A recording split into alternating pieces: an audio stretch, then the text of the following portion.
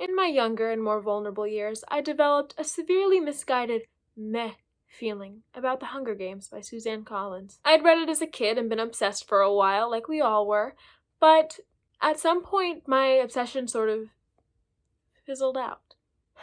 I didn't even finish the last book until last year. Still, though, I guess my experience putting down Mockingjay as a kid and then being overwhelmed by a ton of dystopian content in the YA genre made me become a little bit disenchanted with the series. It got to the point where I couldn't even remember why the series had so much hype and love for it when it first came out, and why so many people still love it today.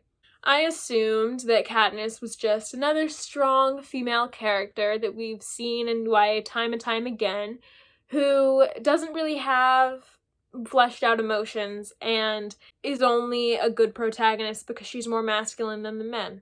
I assumed every other dystopian that had come out was just like it and that there was nothing unique about it. I was wrong. This is my formal apology to The Hunger Games.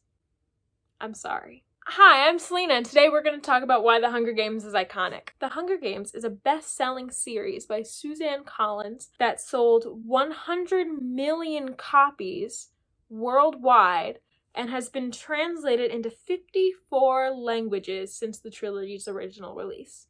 The Hunger Games, when it came out in 2008, changed the face of YA.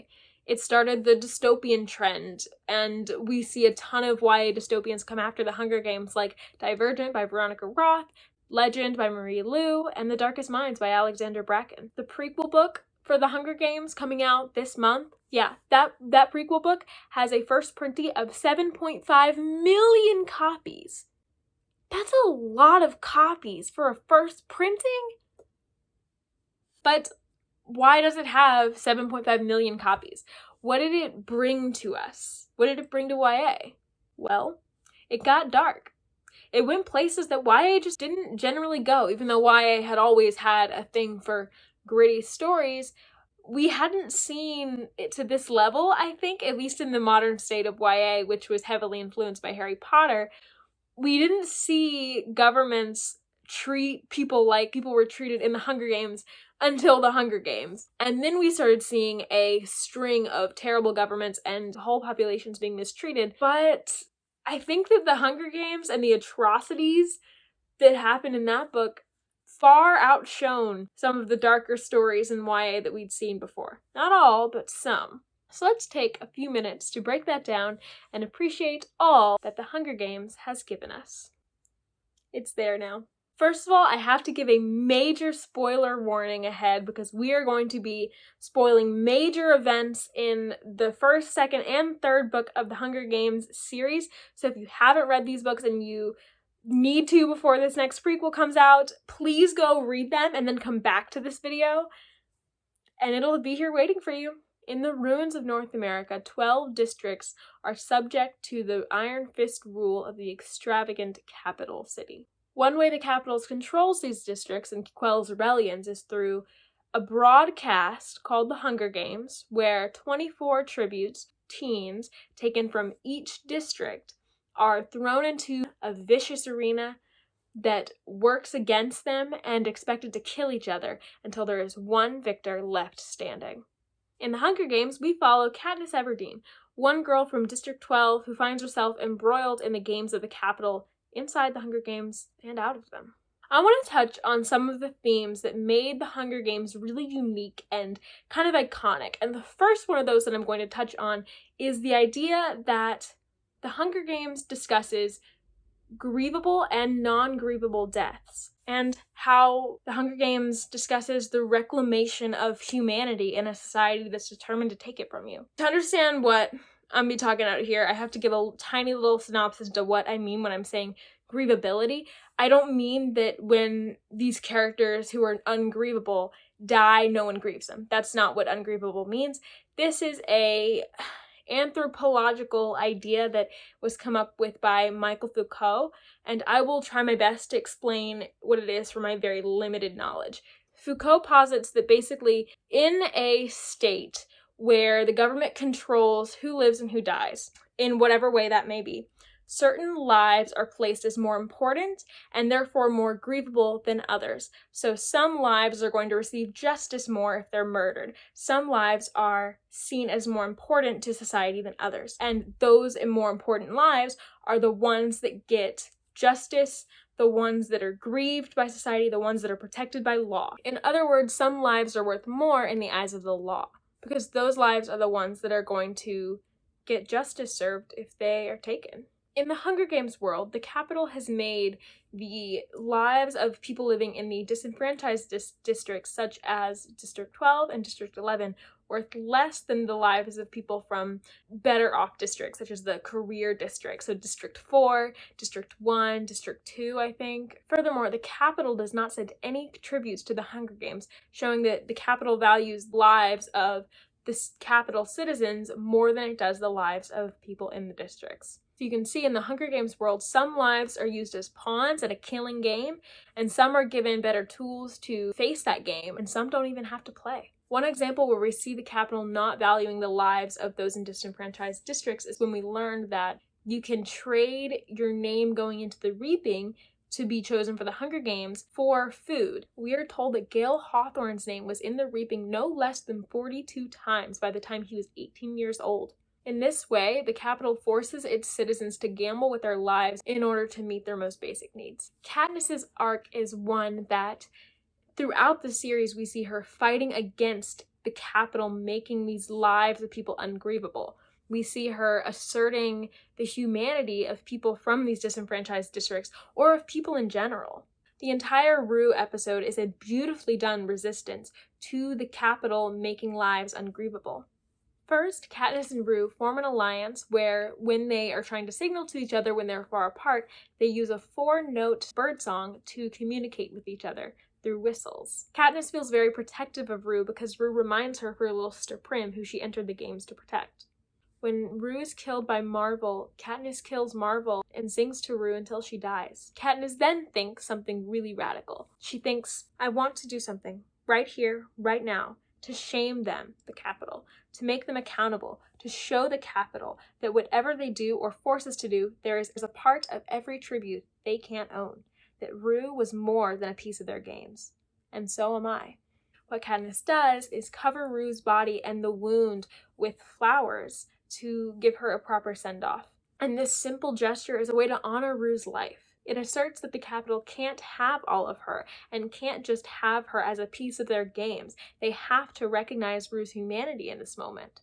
This is also significant because of the desensitization that has gone on within the Capitol citizens to cheer for the killing of kids and cheer for these tributes dying. Katniss asserts Rue's humanity to a society that doesn't recognize it, and to a president who reads her message loud and clear and knows that it means resistance. After this, Rue's home district, District 11, sponsors Katniss due to her kindness that she showed in honoring Rue's life. This Rue arc really does continue into the second book, Catching Fire. During the tour, Katniss goes to District 11 and she is meant to say safe things that do not encourage the image that Katniss is on District 11's side, that there is no side, there is no alliance, no resistance against the Capitol. However, quelling this rebellion would mean that she is complicit in the death of Rue and complicit in her dehumanization.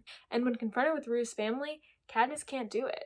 She chooses not to devalue Rue's life and speaks about her to the district, choosing to honor her memory over sweeping it under the rug. After this, in an extremely chilling scene, District 12 honors Katniss by doing the 4-note bird call that signified Rue and Katniss's alliance, saying, I'm here, I'm near you. This is a symbol of alliance between Katniss and District 11, and alliance is resistance. The Capitol brutally punishes the man who starts this whistle, taking his life too.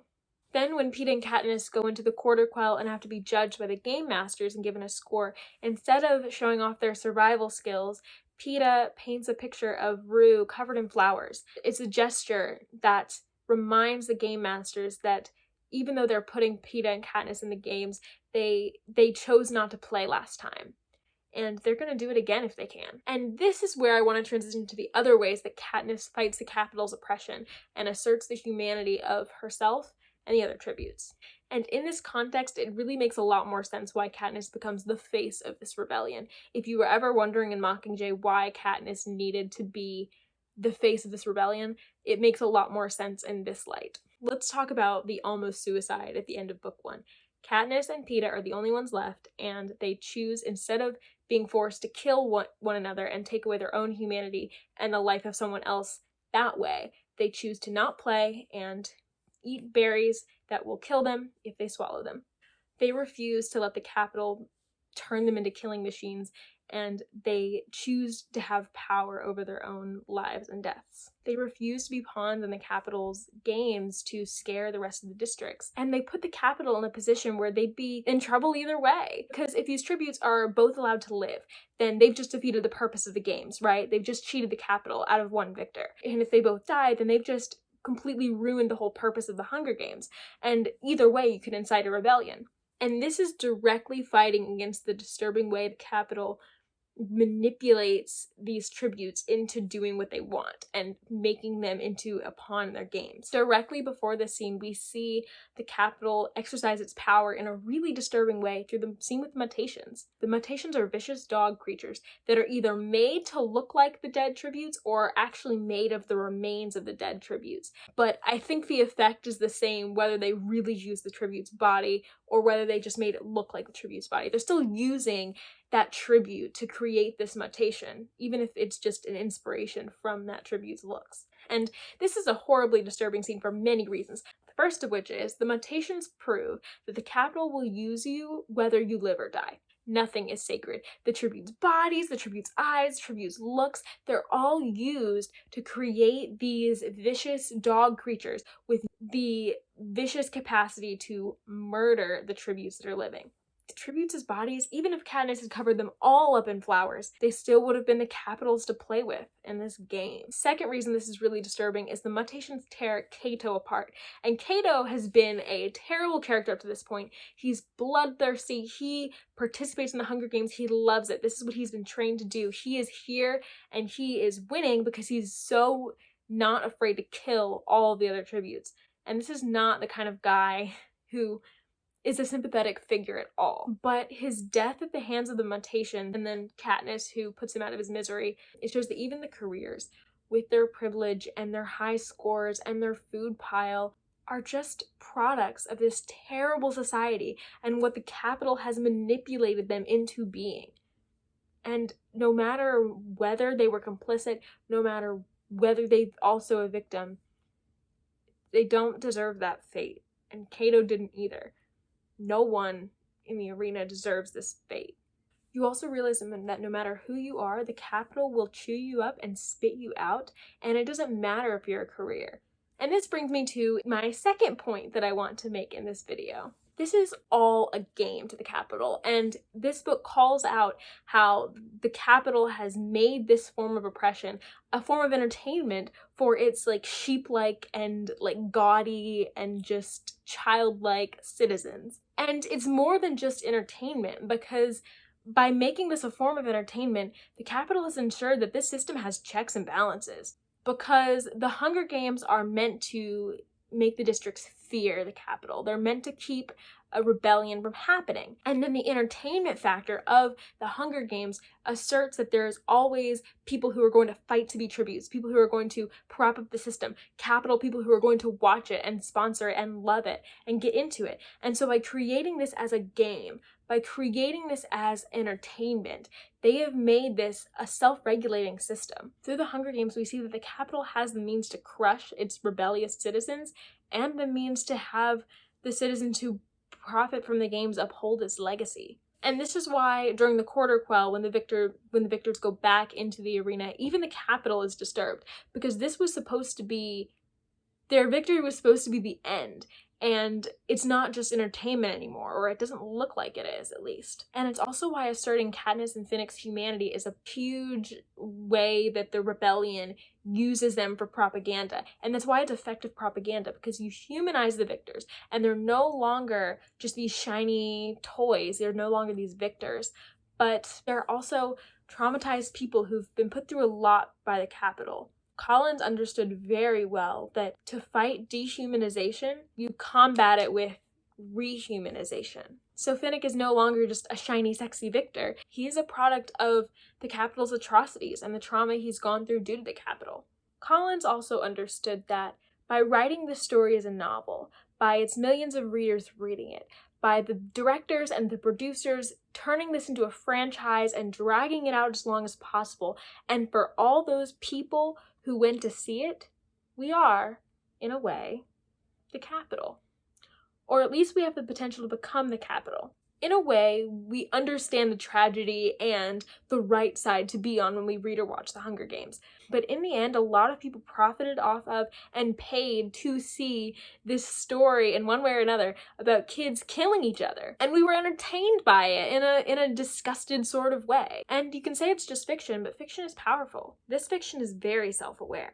And that, to me, is why The Hunger Games is so genius. It's a double-edged sword, and it is this way on purpose. The irony of being disgusted by the treatment of these kids and then going to see it, spending your money on it, spending money on the new prequel coming out, is what makes this book so special. It's the self-awareness of it. And in my opinion, none of the other dystopian books I have read, YA or not, have that level of self-awareness. This book is an icon and a classic because of its popularity and its disparaging of its own popularity within its own text. It carried its themes throughout and raised the bar for YA. It challenged authors to tackle darker themes, resulting in darker YA such as Six of Crows. It never backed down from its pain or its heartache, and it forced its readers to confront the perversion of that pain within the book and within their own lives. And that is why I love The Hunger Games. Stick around for my review of The Ballad of Songbirds and Snakes. But that's all for me. I'll see you next time. Bye.